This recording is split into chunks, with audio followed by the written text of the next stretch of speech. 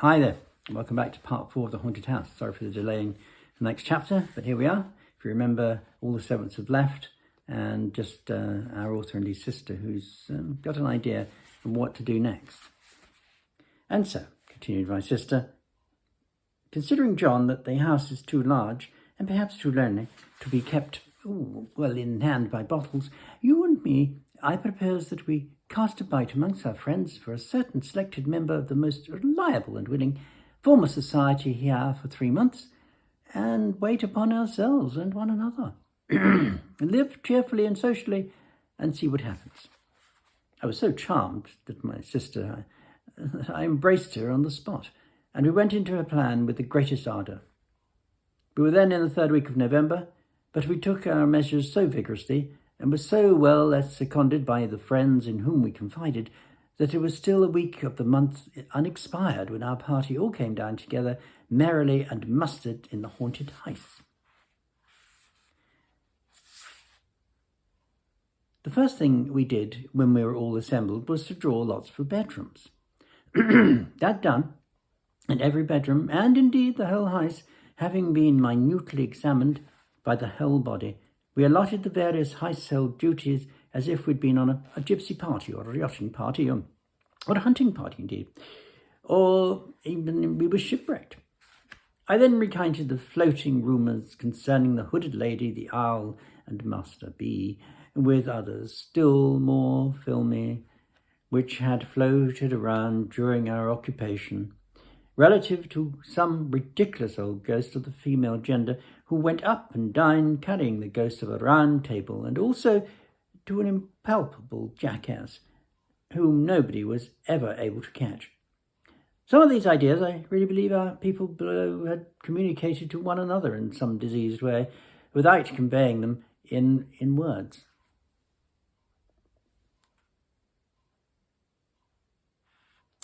The understanding was established that anyone who heard unusual noises in the night and who wished to trace them should knock at my door. Lastly, that on 12th night, the last night of the Holy Christmas, all our individual experiences since then and then present hour of our coming together in the haunted house should be brought to light for the good of all, and that we would hold our peace on the subject till then, unless on some remarkable provocation to break silence. We were in number and in character as follows. First, to get my sister and myself out of the way, there were 2. In the drawing of lots, my sister drew her own room, and I drew Master B's. Next, there was our first cousin, John Herschel, so called after the great astronomer, and than whom I suppose a better man at a telescope does not breathe. With him was his wife, a charming creature, whom he had been married in the previous spring, and I thought it, under the circumstances, rather imprudent to bring her, because there is no knowing what even a false alarm may do at such a time. But I suppose he knew his own business best, and I must say that if she had been my wife, I never could have left her endearing and bright face behind. They drew the clock room. Alfred Starling, an uncommonly agreeable young fellow of 8 and 20, for whom I have the greatest liking, was in the double room, mine, usually and designated by that name for having a dressing room within it, with 2 large and cumbersome windows, with which no wedges I was ever able to make would keep him from shaking in any weather, wind or no wind. Alfred is a young fellow who pretends to be fast, another word for loose, as I understand the term, but who is much too good and sensible for that nonsense, and who would have distinguished himself before now if his father had not unfortunately left him a small independence of 200 a year, on the strength of which his only occupation in life had been to spend, 6 times that amount. I am in hopes, however, that his banker may break, or that he may enter into some speculation guaranteed to pay 20%, for I am convinced that if it can only be ruined, his fortune is made. Belinda Bates, bosom friend of my sister, and a most intellectual, amiable, and delightful girl, got the picture room. She has a fine genius for poetry, combined with the real business earnestness and goes in, to use an expression of Alfred's, for women's missions. Women's rights, women's wrongs, and everything that is woman's with a capital W, or is not and ought to be, or is and ought not to be. Belinda and I have mentioned, as I have mentioned, occupied the picture room, but had but 3 other chambers: the corner room, the cupboard room, the garden room, and my old friend Jack Governor slung his hammock, as he called it, in the corner room. I have always regarded Jack as the finest looking sailor that ever sailed. He's grey now, but as handsome as ever he was a quarter of a century ago. He brought down with him to our haunted house a little cask of salt beef, for he's always convinced that all salt beef, not of his own pickling, is mere carrion, and invariably when he goes to London, packs a piece in his portmanteau. He had also volunteered to bring with him one Nat Beaver, an old comrade of his, captain of a merchantman.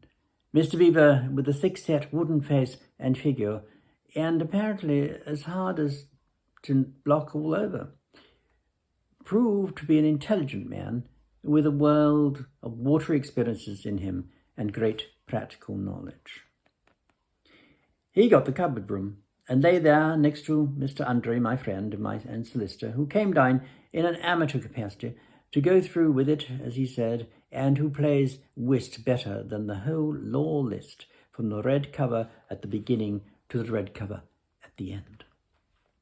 I never was happier in my life, and I believe it was the universal feeling among us. Jack Governor, always a man of wonderful resources, was chief cook and made some of the best dishes I ever ate, including unapproachable curries.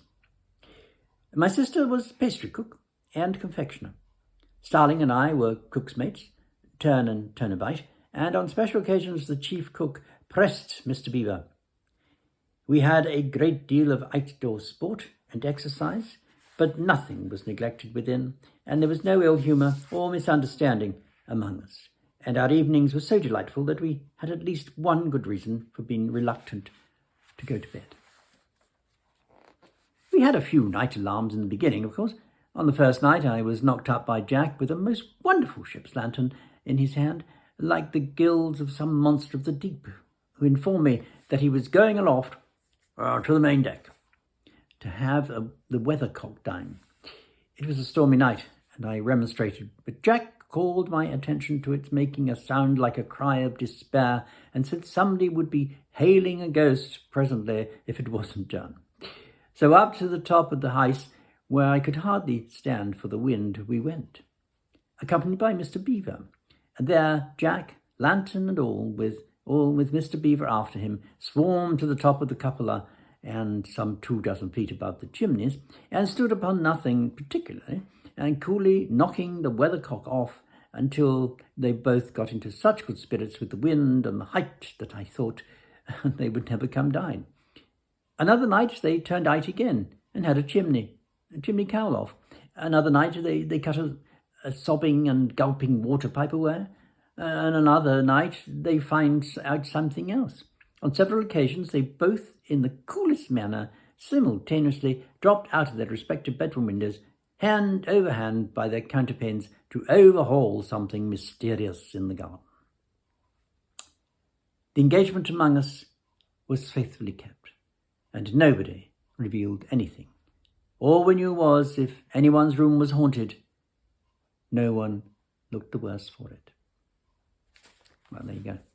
Sorry about the few stumbles and so on there, but I hope you got the gist of the story. So all the friends are down there. He's got some really strange, really strong-minded, strong-willed friends there, the ex-sailor and so on. But all for the good, and trying to get rid of this belief that the house is haunted. Well, whether it is or not, we'll see next time. Until then, thank you for listening, and see you soon. Bye-bye now. Bye.